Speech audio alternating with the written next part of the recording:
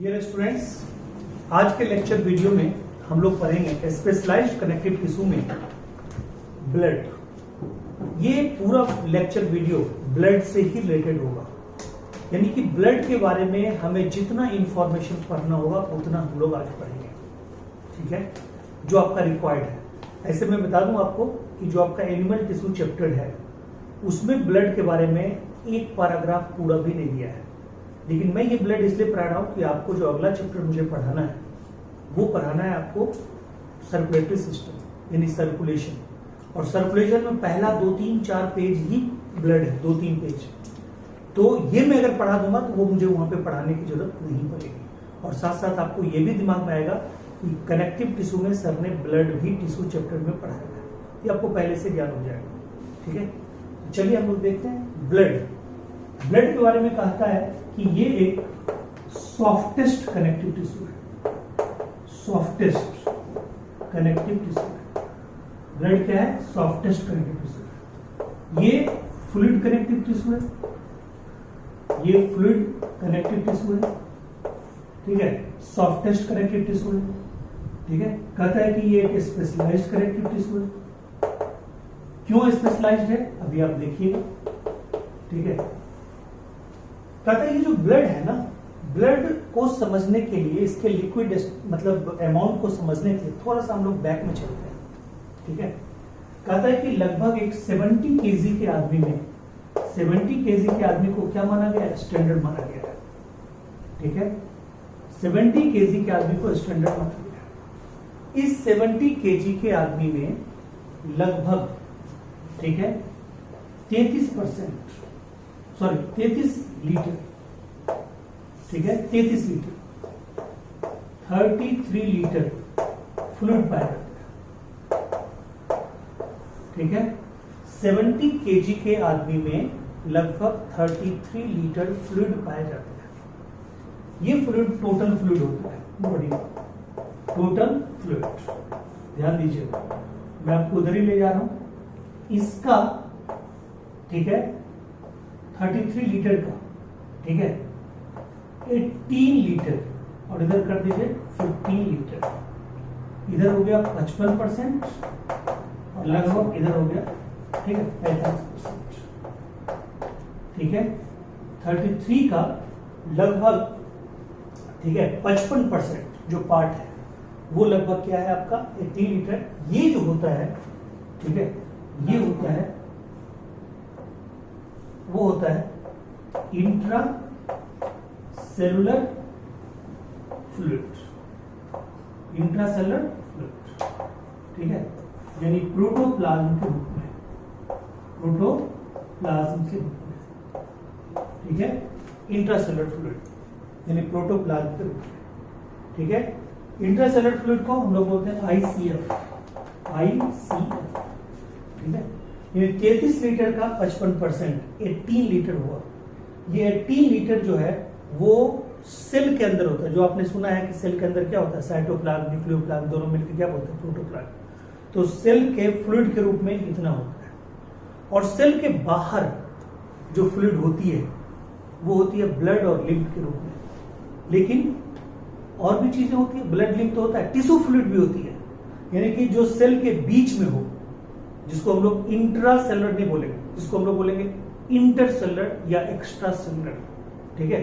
तो कहता है extra cellular fluid, extra cellular fluid ये होता है कितना?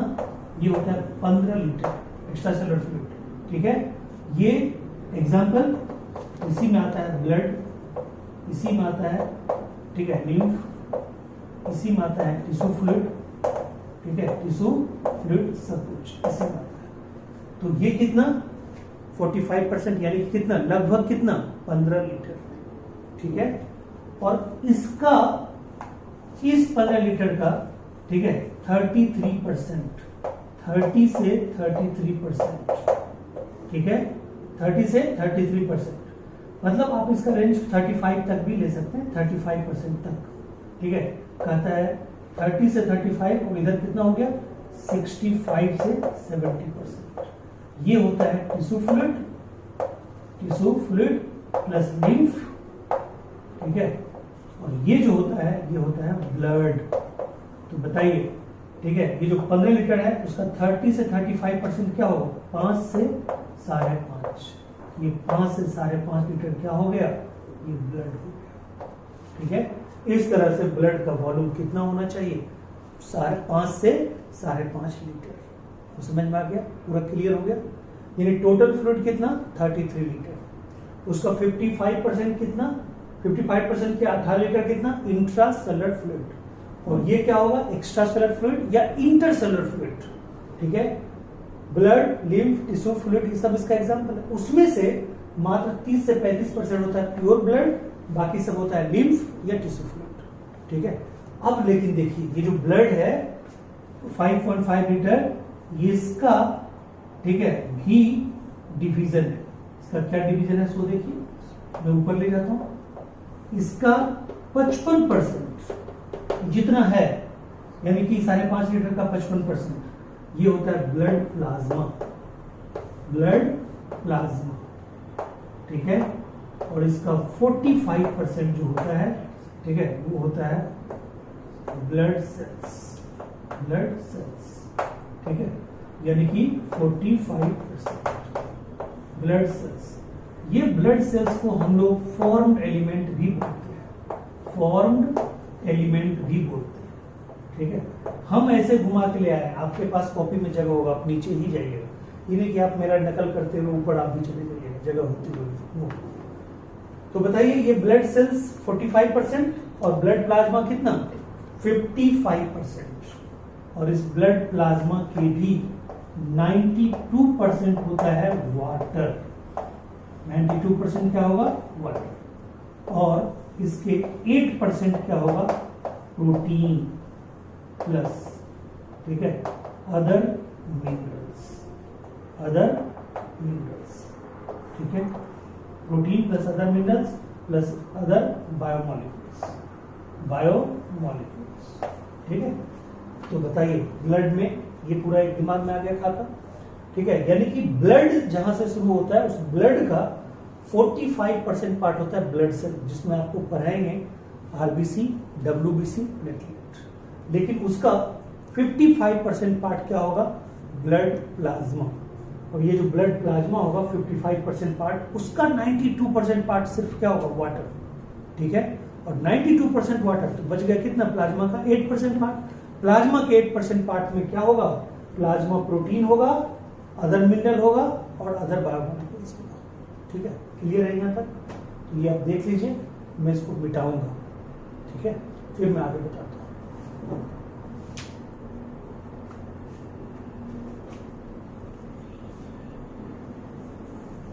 ठीक है यहाँ तक? अब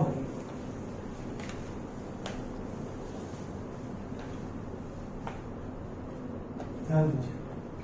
अब देखिए, यानी कि ब्लड का हम फाइनल क्लासिफिकेशन ये कर सकते हैं कि ब्लड में दो पार्ट, एक ब्लड प्लाज्मा, ब्लड प्लाज्मा, और दूसरा क्या बोलेंगे? ब्लड सेल्स, जिसको हम लोग बोलते हैं फॉर्म्ड एलिमेंट। फॉर्म्ड एलिमेंट, ठीक है, क्या बोलते हैं इसको? Formed element. आराम से समझिए, ये कैसा होता है? स्ट्रॉ कलर का होता है, स्ट्रॉ कलर, ठीक है।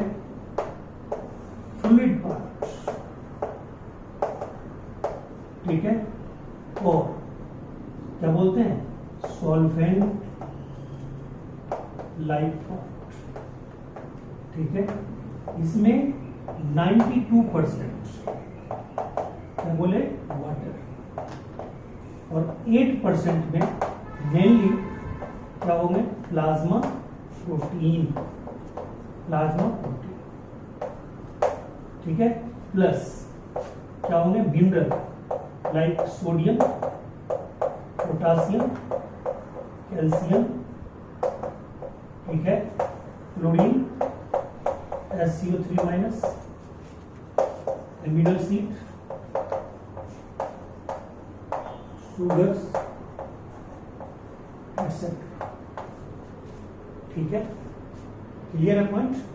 अब आइए, कहता है ये जो 8% जो प्लाज्मा प्रोटीन है, इस प्रोटीन में ध्यान दीजिएगा, इधर 8% जो प्लाज्मा प्रोटीन है इसमें 3 तरह के, ठीक है, इसमें 3 तरह के, ठीक है, क्या पाए जाते हैं इसमें 3 तरह के, कहते हैं इसमें 3 तरह के प्रोटीन होते हैं मेनली, बट हम आपको एक चौथा प्रोटीन भी आपको बताते हैं। ठीक है, मैं 4 बताऊंगा, एनसीईआरटी में ऑलरेडी 3 लिखा हुआ है। एक जो प्रोटीन है मेन प्रोटीन वो है प्लाज्मा ग्लोब्यूलिन, एक है प्लाज्मा एल्ब्यूमिन, एक है प्लाज्मा फाइब्रिनोजेन, एक है प्रोथ्रोम्बिन। ठीक है, एनसीईआरटी ने इसका नाम लास्ट में घुमा फिरा के दे दिया है, क्लियर करके नहीं दिया है, बट मैं आपको क्लियर करके लिख दिया। देखिए यहाँ पे क्या है, आराम से समझिए। ये प्लाज्मा में 4 तरह का प्रोटीन है, इसका बहुत बड़ा रोल है। ठीक है, तो कहता है कि ये प्लाज्मा में जो सबसे पहले जो प्रोटीन है ग्लोबुलिन, वो देखिए आजकल जो आप सुनते होंगे, ठीक है, plasma test, plasma therapy, plasma therapy, plasma therapy. ये क्या है प्लाज्मा थेरापी, आज सबको समझ में आ जाएगा।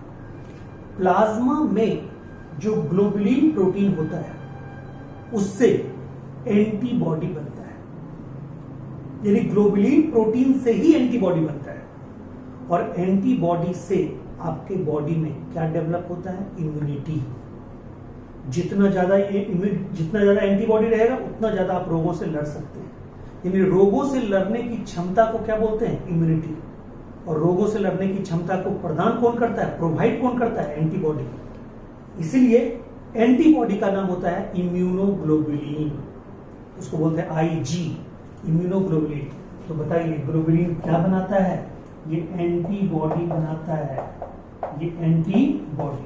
यानी कोई पूछेगा कि एंटीबॉडी किस प्रोटीन का बना होता है, तो बोलिएगा ग्लोबुलिन प्रोटीन का बना होता है। और एंटीबॉडी क्या देता है बॉडी में, इम्यूनिटी, और ये ग्लोबुलिन प्रोटीन का बना होता है, इसलिए इसका नाम होता है इम्यूनोग्लोबुलिन, इम्यूनोग्लोबुलिन, इम्यूनोग्लोबुलिन। तो बताइए क्लियर, इसको बोलते हैं आईजी, आईजी। ठीक है, यानी कोई भी एंटीबॉडी हो आपके बॉडी में, उसको आईजी से सिंबलाइज करते हैं। ठीक है, आईजी फॉर इम्यूनोग्लोबुलिन, क्योंकि एंटीबॉडी इम्यूनिटी तो देता ही है, और किस प्रोटीन का बना हुआ है, ग्लोबुलिन प्रोटीन का। और ग्लोबुलिन में भी पूछेगा आपको, हो सकता है डीप में पूछे, अल्फा ग्लोबुलिन या गामा ग्लोबुलिन या बीटा ग्लोबुलिन, आप कहिएगा गामा ग्लोबुलिन, ना अल्फा ना बीटा, कौन बोलिएगा, गामा ग्लोबुलिन। क्लियर है पॉइंट। चलिए अब आइए एल्ब्यूमिन। ये एल्ब्यूमिन जो है आप डेली देखते होंगे, डेली लाइफ में देखते होंगे एल्ब्यूमिन। ये जो अंडे का जो प्रोटीन होता है व्हाइट वाला, वही है एल्ब्यूमिन। तो अंडे का जो प्रोटीन है व्हाइट वाला वो क्या है, एल्ब्यूमिन। तो कहता है ये आपके वहां पे भी एल्ब्यूमिन प्रोटीन है, उसको बोलते हैं ओवुलो एल्ब्यूमिन। ओवुलो, ओवुलो मतलब एग, तो ओवुलो एल्ब्यूमिन यानी एग वाला एल्ब्यूमिन। यहां पे बोलते हैं प्लाज्मा एल्ब्यूमिन। क्या बोलते हैं, प्लाज्मा एल्ब्यूमिन। ठीक है, एक होता है लैक्टो एल्ब्यूमिन जो मिल्क में होता है, यानी एल्ब्यूमिन भी 3 तरह के होते हैं। लैक्टो एल्ब्यूमिन मिल्क में, अपने आप क्लियर हो गया। ओवो एल्ब्यूमिन, ओवो, ओवो मतलब ओवम, ओवो मतलब एग, एग के अंदर पाए जाने वाला ओवो एल्ब्यूमिन, और प्लाज्मा के अंदर पाए जाने, ब्लड के अंदर पाए जाने वाला प्लाज्मा एल्ब्यूमिन। ठीक है, ये एल्ब्यूमिन करता क्या है, ये ब्लड के ऑस्मोटिक प्रेशर को मेंटेन रखता है। ब्लड के ऑस्मोटिक प्रेशर को क्या करता है, मेंटेन करता है। ऑस्मोटिक प्रेशर, ठीक है, ऑस्मोटिक प्रेशर को मेंटेन करता है, प्रेशर को मेंटेन करता है। ठीक है, ऑस्मोटिक प्रेशर को मेंटेन करता है एल्ब्यूमिन, और इसको आप 3 पार्ट में बांट सकते हैं। कौन कौन, ठीक है, ओवुलो एल्ब्यूमिन, ओवुलो एल्ब्यूमिन, ठीक है, दूसरा, ठीक है, प्लाज्मा एल्ब्यूमिन, प्लाज्मा एल्ब्यूमिन, और तीसरा, ठीक है, लैक्टो एल्ब्यूमिन, लैक्टो एल्ब्यूमिन, ठीक है।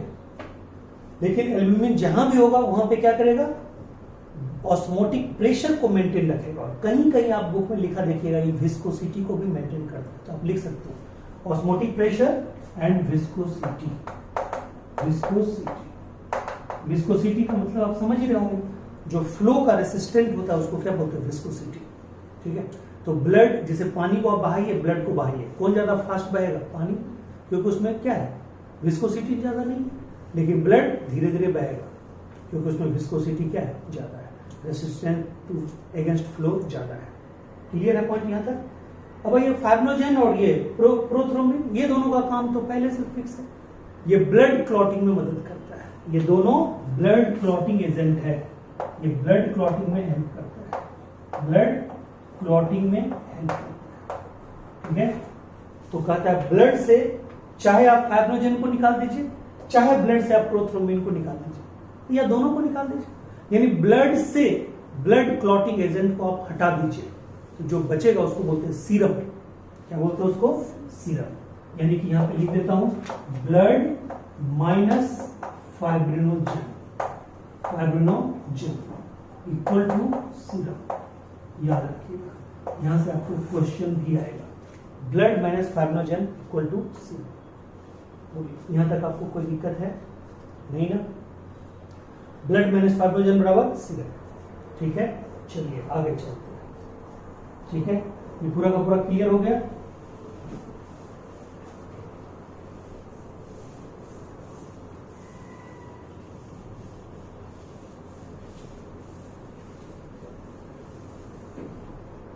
अब देखिए, ठीक है, अब चलते हैं फिर से कि ब्लड में प्लाज्मा के बारे में तो आपने बहुत सारा चीज जाना, ठीक है। कहता है ये अगर ब्लड की बात करें तो हमने जो अभी बताया था ब्लड प्लाज्मा, और दूसरा क्या बताया था, ठीक है, फॉर्म्ड एलिमेंट, और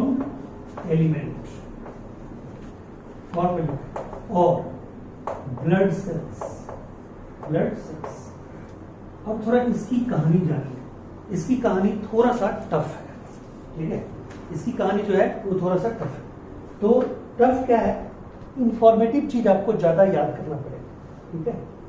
तो मैं आपको बताने चला, इंफॉर्मेटिव चीज यहाँ पे बहुत ज्यादा होगा, तो नई चीज आपके लिए नहीं लगेगी क्योंकि आपको 10th में, ठीक है, मतलब उतना ज्यादा बताया नहीं जाता है। बार बार कहा जाता है कि आप 10th के लेवल को, 10th 9th is the backbone of whole educational life, वो बैकबोन है। अगर बैकबोन आपका कमजोर रहेगा तो बताइए बॉडी आपका इरेक्ट रह पाएगा, बॉडी ठीक से चल पाएगा नहीं।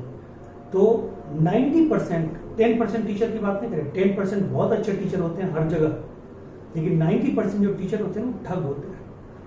और याद रखिएगा, जो टीचर बच्चों को ठगता है ना, उसके खुद के बच्चे कभी नहीं पढ़ते, तो ये दिमाग में रखना है। तो वैसे ही ठग टीचर में एक दो से मुलाकात हो जाती है कभी कभी आपकी, तो आपका बेसिक कमजोर रह जाता है, ठीक है। तो ये जानिए कि जो ब्लड प्लाज्मा है, और फॉर ब्लड प्लाज्मा के बारे में सारा कुछ बता दिए, फॉर्म एलिमेंट के बारे में भी आपको सब कुछ वहीं पे जानना था। देखिए फॉर्म एलिमेंट क्या है। फॉर्म एलिमेंट का मतलब, ठीक है, वैसा ब्लड कंपोनेंट जो रेड बोन मैरो के अंदर बनता हो, यानी जो बोन मैरो में बनता हो, ठीक है, यानी कि बोन मैरो में बनता हो, सारे के सारे, यानी कि बोन मैरो में बनता हो, ठीक है, बोन मैरो में बनता हो, ठीक है, और बोन मैरो में ही मैच्योर होता हो, ठीक है, फॉर्मेशन एंड मैच्योरेशन, ठीक है, उसको बोलते हैं माइलॉइड फॉर्म। पहले समझिए, माइलॉइड फॉर्म एलिमेंट, यानी कि वैसा ब्लड सेल जो बोन मैरो में बना, बोन मैरो में ही मैच्योर हुआ, उसको बोलते हैं माइलॉइड फॉर्म एलिमेंट। बट जो बोन मैरो में बना बट लिम्फ नोड्स में चला गया मैच्योर होने के लिए, उसको बोलते हैं लिम्फॉइड फॉर्म एलिमेंट्स। उसको क्या बोलते हैं, ठीक है, यानी कि बना बोन मैरो में, बोन मैरो में फॉर्मेशन हुआ, फॉर्मेशन हुआ, बट मैचुरेशन कहां पे, मैचुरेशन लिम्फ नोड में, लिम्फ नोड्स में, ठीक है। उसको हम लोग क्या बोलते हैं, उसको बोलते हैं lymphoid formed element, formed element, ठीक है।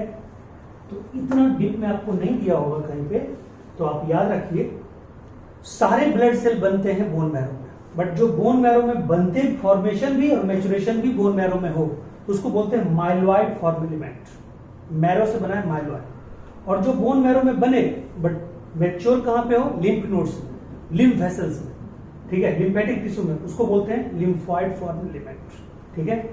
अब इसमें देखिए कौन कौन आएगा, इसमें आएगा आरबीसी, इसमें आएगा, ठीक है, प्लेटलेट, और इसमें आएगा, ठीक है, granulocyte, granulocyte of part of WBC, part of W, मतलब पूरा डब्ल्यूबीसी नहीं आएगा। डब्ल्यूबीसी का एक पार्ट क्या होता है, ग्रेनुलोसाइट। तो ग्रेनुलोसाइट बनेगा बोन मैरो में, मैच्योर भी होगा बोन मैरो में।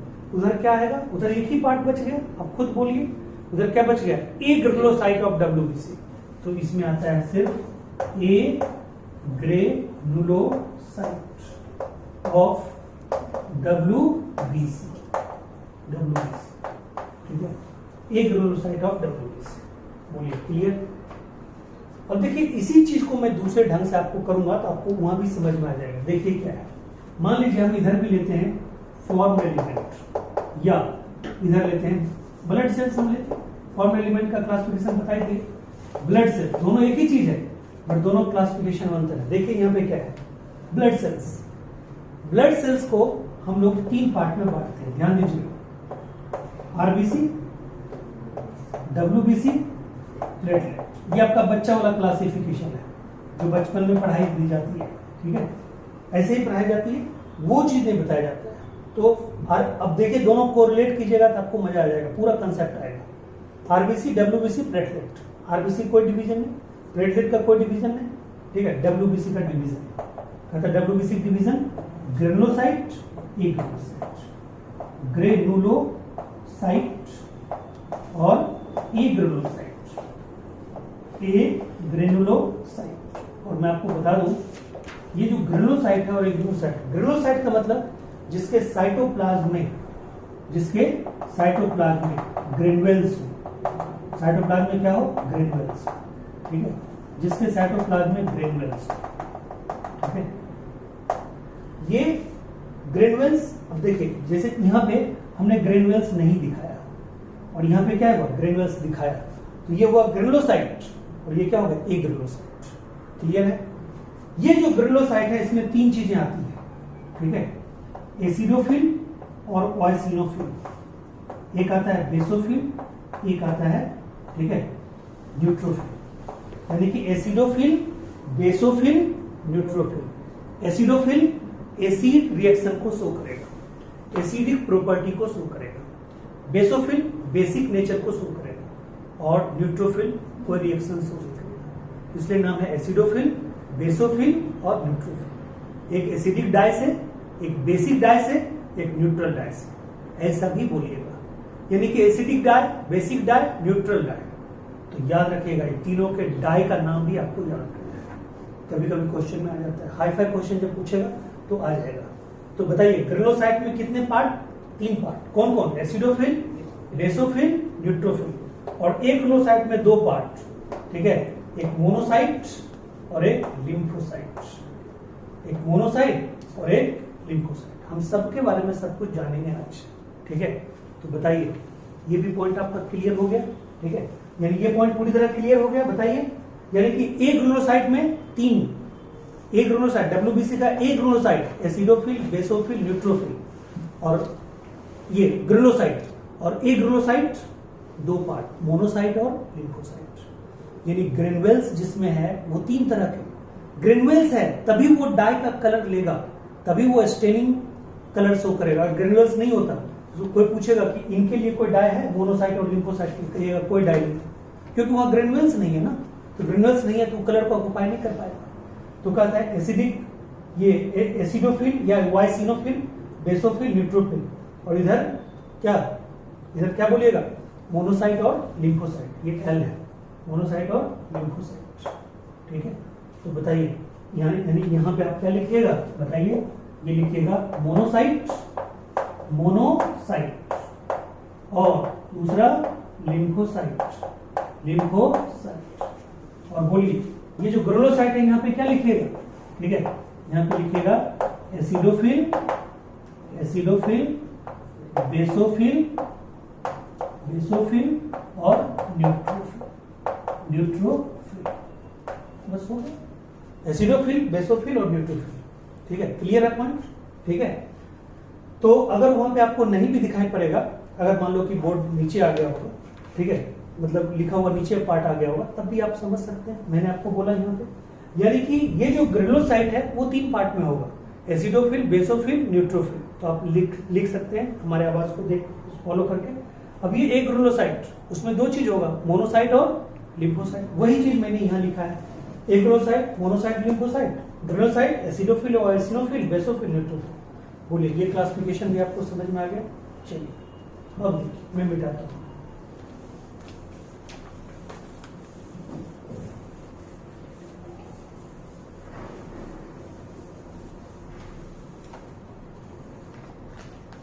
अब देखिए आरबीसी, डब्ल्यूबीसी, प्लेटलेट। पहले इसके बारे में थोड़ा थोड़ा जान जाए, उसके बाद हम लोग क्या करेंगे, उसके बाद हम लोग सबका ये डब्ल्यूबीसी का स्पेशल ऑपरेशन करेंगे, उसके बारे में स्पेशल जानकारी लेंगे। आरबीसी का नाम एरिथ्रोसाइट, डब्ल्यूबीसी का नाम ल्यूकोसाइट और इसका नाम थ्रोम्बोसाइट। क्लियर है। आरबीसी का एज 120 डेज, ठीक है, आरबीसी का एज 120 डेज, इसका 120 आवर, ठीक है। इसका आप कहेगा 5 to 7 डेज। ओके, कहते हैं ये जो है 5 मिलियन से, इसकी संख्या 5 मिलियन से 5.5 मिलियन, ठीक है। इसका 8,000 से 10,000, ठीक है, 8,000 से 10,000, ठीक है। और इसका जो होता है 1,50,000 से, ठीक है, 3,50,000, ठीक है। इसका होता है 1,50,000 से 3,50,000, यानी कि पर, ठीक है, 100 ml ऑफ ब्लड, ठीक है। क्लियर है पॉइंट। तो ये 5 मिलियन से 5.5 मिलियन, वो 8,000 से 10,000, और वो, ठीक है, 1,50,000 से मतलब 3,50,000, यानी कि 1.5 लाख से 3.5 लाख। क्लियर है। अब देखिए इसकी संख्या अगर घट जाए, आरबीसी की संख्या घट जाए तो बोलते हैं एनीमिया, ठीक है। अगर ये डिक्रीज कर जाए, ठीक है, डिक्रीज अगर कर जाए तो एनीमिया, ये एनीमिया, ये आपका हो गया नंबर, ऐसे आप चार्ट बनाइएगा। ये आपका हो गया लाइफ स्पेन, ये आपका हो गया बायोलॉजिकल नेम, ठीक है। ऐसे करके आप चार्ट बना लीजिए, ठीक है, ऐसे करके आप चार्ट बना लीजिए, ठीक है।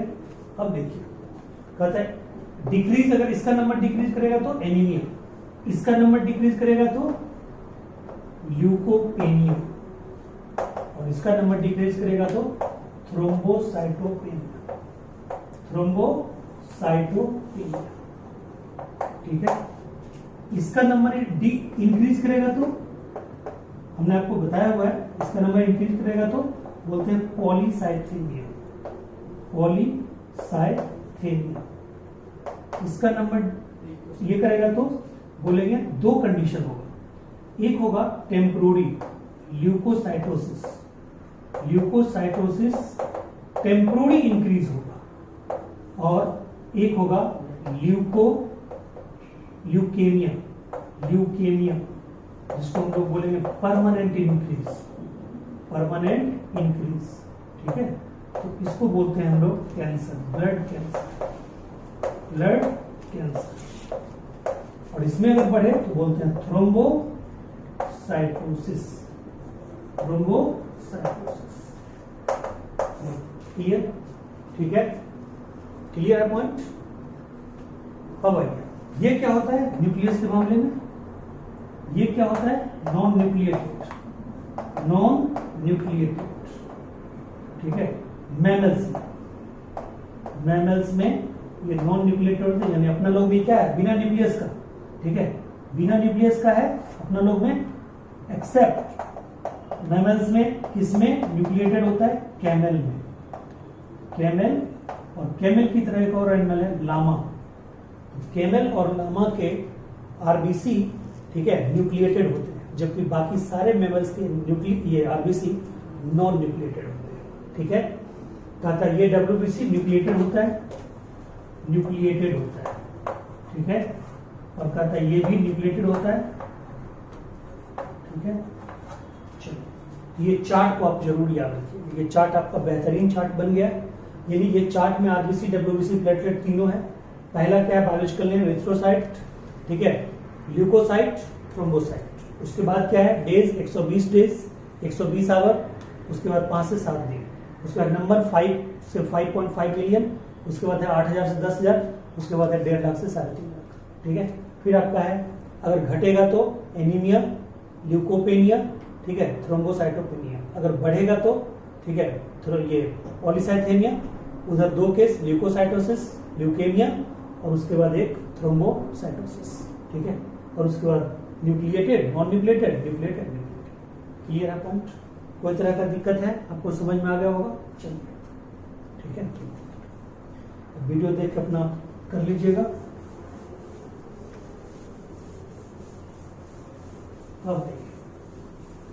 अब हम लोग स्पेशल, ठीक है, चीर-फाड़ करेंगे किसका, तो कहता है डब्ल्यूबीसी का। उसका चीर-फाड़ करना जरूरी है, ठीक है, यानी कि डब्ल्यूबीसी का। डब्ल्यूबीसी में जो टाइप है कौन कौन, तो कहता है ध्यान दीजिएगा, ठीक है। इसमें है एसिडोफिल और, ठीक है, बेसोफिल, सॉरी एसिडोफिल और वाइसिनोफिल, ठीक है, एसिडोफिल और वाइसिनोफिल। दूसरा जो है वो है आपका बेसोफिल। तीसरा जो है वो आपका है न्यूट्रोफिल। चौथा जो है वो आपका है, ठीक है, न्यूट्रोफिल। चौथा जो आपका है वो आपका है मोनोसाइट्स। पांचवा जो आपका है वो है लिम्फोसाइट, ठीक है। यानी कि acidophil, basophil, neutrophil, monocyte, lymphocyte. Acidophil का दूसरा नाम वाइसिनोफिल। और मैंने क्या बोला था, ये तीनों क्या है, ये तीनों है ग्रेनुलोसाइट। क्या है, ग्रेनुलोसाइट। तो बताइए ये क्या शो करेगा, ये डाई से कलर शो करेगा। इसके डाई का नाम, ठीक है, इसके डाई का नाम है इकोसिन। इसके डाई का नाम है मिथिलीन ब्लू। इसके डाई का नाम है, ठीक है, ये जो है इसका नाम है हीमेटोजाइलिन।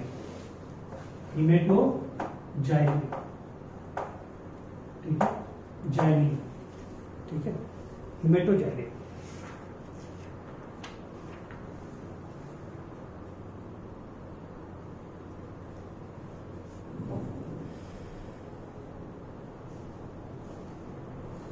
ठीक है, इसके डाई का क्या नाम है, हीमेटोजाइलिन। क्लियर है पॉइंट। इन दोनों में तो डाई होगा नहीं, क्योंकि ये क्या है, ए ग्रेनुलोसाइट। ये दोनों क्या है, ए ग्रेनुलोसाइट। अब आइए, ये दोनों है ए ग्रेनुलोसाइट, ठीक है। अब आइए आप ध्यान दीजिएगा,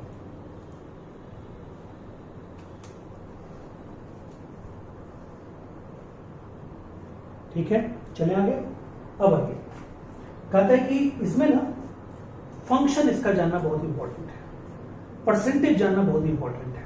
मैं आपको बता दूं इसमें किसका सबसे ज्यादा होता है, किसका कम होता है। इसके लिए आपको एक ट्रिक बता देते हैं, ठीक है। नेवर लेट मंकी ईट बनाना।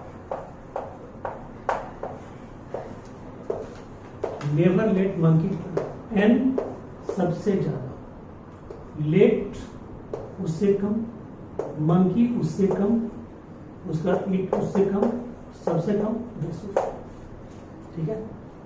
इसके परसेंटेज को भी मैं आपको याद करवाता हूं, रुक जाइए।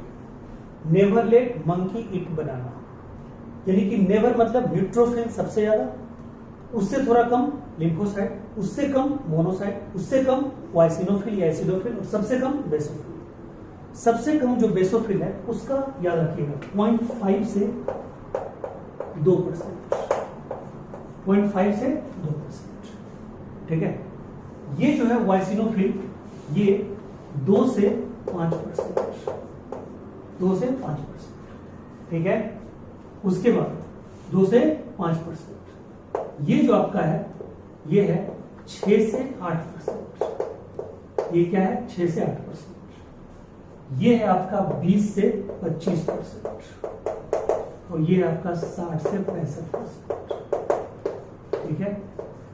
अब देखिए इसमें सबसे ज्यादा जो फिगर है वो आंख मूंद के आप न्यूट्रोफिल के लिए तो कर ही सकते हैं, क्योंकि ट्रिक आपको मालूम है, नेवर लेट मंकी ईट बनाना। तो 65% आप रखिए किसके लिए? न्यूट्रोफिल के लिए।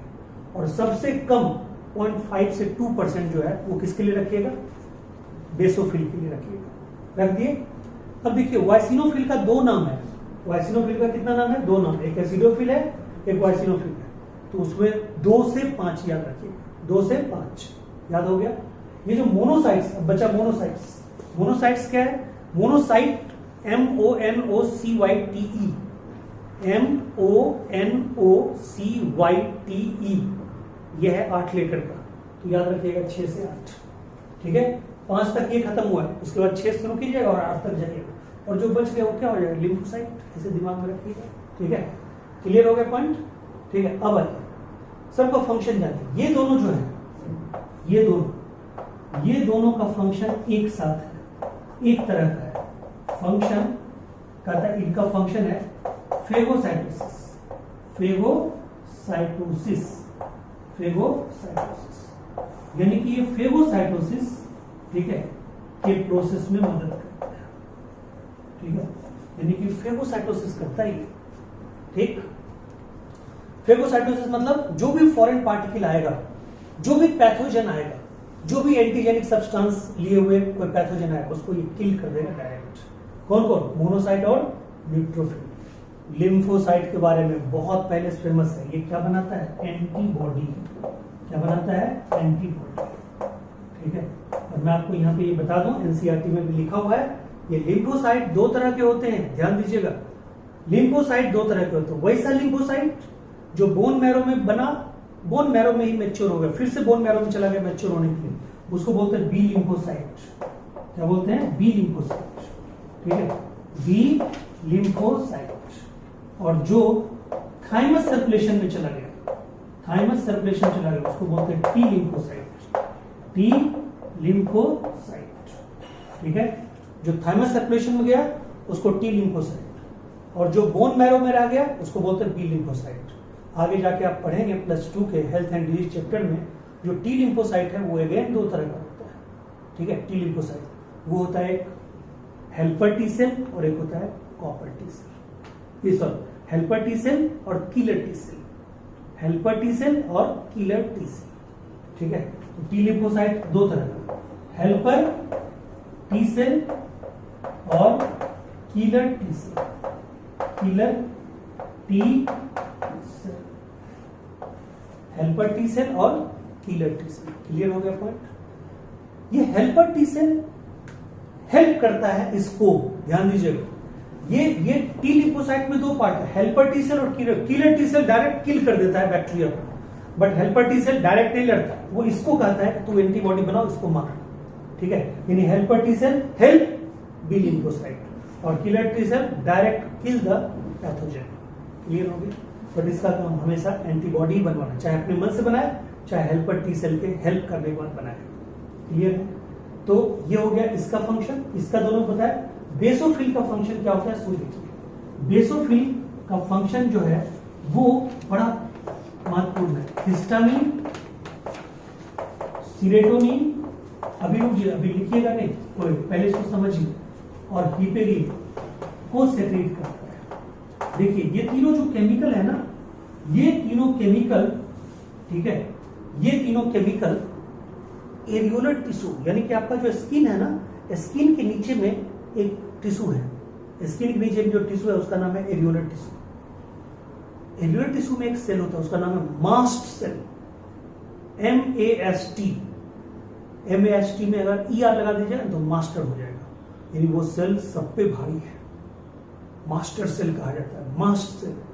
या हमेशा मस्त रहने वाला सेल बोलिए MAST, मस्त cell, mast cell, master cell जो बोलिए, वो 3 तरह के केमिकल को निकालता है वहां पे एरियोलर टिश्यू में, हिस्टामिन, सीरोटोनिन और हिपेरिन। ये भी 3 तरह के केमिकल को निकालता है। आपको कोई मच्छर काट लिया, आपको कोई मधुमक्खी काट लिया, आपको कोई भी कीड़ा काट लिया, स्वेलिंग हो जाती है, उसके बाद धीरे धीरे फिर नॉर्मल होता है, उस समय आपके बॉडी को बचाव जो करता है वो यही करता है। कौन? बेसोफिल। यानी कि ये और ये मिलके एलर्जिक रिएक्शन को कंट्रोल करता है। कंट्रोल एलर्जिक रिएक्शन, ठीक है, कंट्रोल एलर्जिक रिएक्शन। उसमें 90% इसका रहता है रॉड और 10% रहता है इसका एसिडोफिल का। Allergic reaction and inflammatory reaction, inflammatory reaction, ठीक है, इंफ्लामेटरी रिएक्शन, यानी एलर्जिक रिएक्शन और इंफ्लामेटरी रिएक्शन को कंट्रोल कौन करता है? ठीक है, बेसोफिल और एसिडोफिल मिलकर। और मैं बता दूं, एसिडोफिल का 10% ही रोल है, एसिडोफिल का 90% रोल किसमें है? एसिडोफिल या वाइसिनोफिल का 90% रोल किसमें है? तो कहता है ये डायरेक्ट फाइट विद इंफेक्शन, यानी कि जो इंफेक्शन होती रहता है बॉडी में, ठीक है, उससे ये क्या होता है? लड़ता है। ठीक है, अगर कोई मान लो कि कोई इंफेक्शन हो गया तो उससे ये लड़ता है, जिसे टॉन्सिल बढ़ जाना, टॉन्सिल बढ़ना को क्या बोलते हैं? वाइसिनोफिलिया। वाइसिनोफिलिया यहीं से आया वाइसिनोफिल, क्योंकि उसमें टॉन्सिल आपका बढ़ गया। क्यों बढ़ गया? क्योंकि वहां पे इंफेक्शन हो गया। इंफेक्शन हो गया तो उससे लड़ने के लिए क्या आएगा? वाइसिनोफिल। वाइसिनोफिल की संख्या बढ़ जाएगी, उसको बोलेंगे वाइसिनोफिलिया। क्लियर है पॉइंट? ठीक है, अब इसका फंक्शन तो जान जाइए, ये तीनों जो हमने लिख दिया है, पहले भी हमने बता दिया आपको। कब बताया था? एरियोलर टिश्यू में। लेकिन यहां पे जान जाइए, हिस्टामिन ब्लड वेसल को इधर देखिए, हिस्टामिन जैसे ये ब्लड वेसल है, तो ब्लड वेसल को ये डायलेट करता है, ऐसे, इसको ऐसे समझिए। ठीक है, देखिए मैं आपको समझाता हूं। ये है ब्लड वेसल, सपोज रहे, इसको डायलेट करना है। अभी देखिए ये डायलेट हो गया, ये डायलेट हो गया, इसको डायलेट करने का काम करता है हिस्टामिन, इसको सिकोड़ने का काम। अब ये अंदर गया, इसको ऐसे देखिए, हमने दबा दिया, ये सिकुड़ गया, सिकुड़ने का काम करता है सेरोटोनिन, और ये ब्लड को जमने से रोकता है। यानी बॉडी के अंदर कभी सोचें, बाहर निकलता है तो ब्लड जम जाता है, बॉडी के अंदर ब्लड क्यों नहीं जमता है? क्योंकि वहां पे होता है एंटी ब्लड कोगुलेंट, हिपेरिन। इस हिपेरिन की मात्रा कम जाए तो बॉडी के अंदर ही ब्लड जम जाए, आदमी की डेथ। ठीक है, हिपेरिन यानी कि एंटी ब्लड कोगुलेंट है, ब्लड को जमने से रोकता है, पहले भी बता चुका हूं। ये सेरोटोनिन ब्लड वेसल को कॉन्स्ट्रिक्ट करता है, सिकोड़ता है। सिकोड़ना, ऐसे सिकोड़ना, सेरोटोनिन सिकोड़ना, ठीक है, सिकुड़ना, यानी ब्लड वेसल सिकुड़ जाए तो ब्लड वेसल सिकुड़ेगा तो बोलिए ब्लड का प्रेशर क्या होगा? बढ़ जाएगा, हाई ब्लड प्रेशर हो जाएगा। और ये ब्लड वेसल को फैलाता है, तो ब्लड वेसल को अगर फैलाएगा तो ब्लड क्या होगा? धीरे धीरे चलेगा, ब्लड प्रेशर लो हो जाएगा। ये ब्लड प्रेशर को घटाता है, ये बढ़ाता है, ये ब्लड को जमने से रोकता है। और ये तीनों के आपसी कोऑर्डिनेशन से, आपसी मतलब व्यवहार से, आपसी तालमेल से आपका हार्ट, आपका ब्लड, आपका सब कुछ, ब्लड प्रेशर सब कुछ मेंटेन रहता है। तो बताइए, बेसोफिल तीनों को सेक्रीट करके इंफ्लामेशन को भी रोकता है और एलर्जिक रिएक्शन को भी रोकता है। बोलिए यहाँ तक कोई दिक्कत है आपको? बेसोफिल में जो न्यूक्लियस होती है वो होती है एस शेप्ड। कैसी न्यूक्लियस होती है? एस शेप्ड, ठीक है।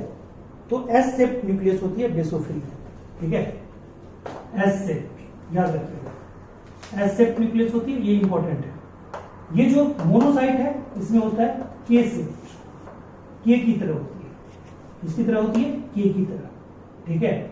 और ये जो न्यूट्रोफिल देख रहे हैं इसमें मल्टी लोब्ड होती है, मल्टी लोब्ड होती है, मल्टी लोब्ड, ठीक है, मल्टी लोब्ड होती है। क्लियर है पॉइंट? ठीक है, क्लियर है यहाँ तक? मल्टी लोब्ड स्ट्रक्चर, ये भी आपको याद रखना है। बेसोफिल में एस शेप्ड, ठीक है, मोनोसाइट में के शेप्ड, ठीक है। ये मतलब बोल सकते हैं किडनी लाइक स्ट्रक्चर बोल सकते हैं, ठीक है, किडनी शेप्ड। क्लियर? चलिए, ठीक है। और उसमें क्या बोलिएगा? Multi lobed. This is all about your blood.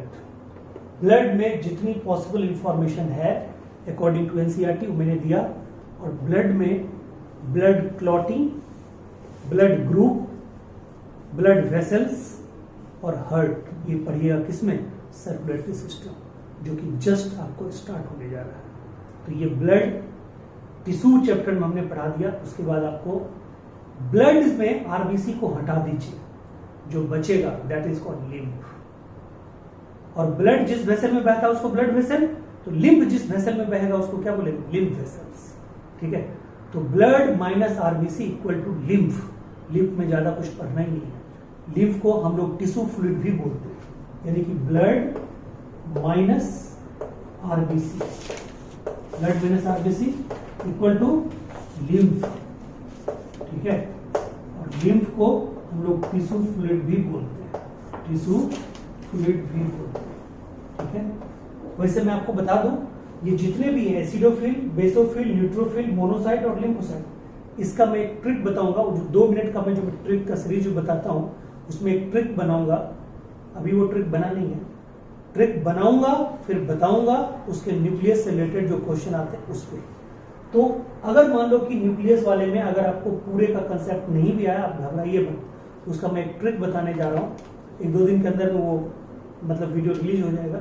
उसमें मैं ट्रिकी चार्ट के द्वारा बताऊंगा, एक ट्रिक ऐसा बनाऊंगा मतलब नेमोनिक, ठीक है, जिसमें आपको पता चलेगा कि हाँ किसका न्यूक्लियस किस शेप का है। Okay, thank you so much, फिर मिलते हैं, टेक केयर।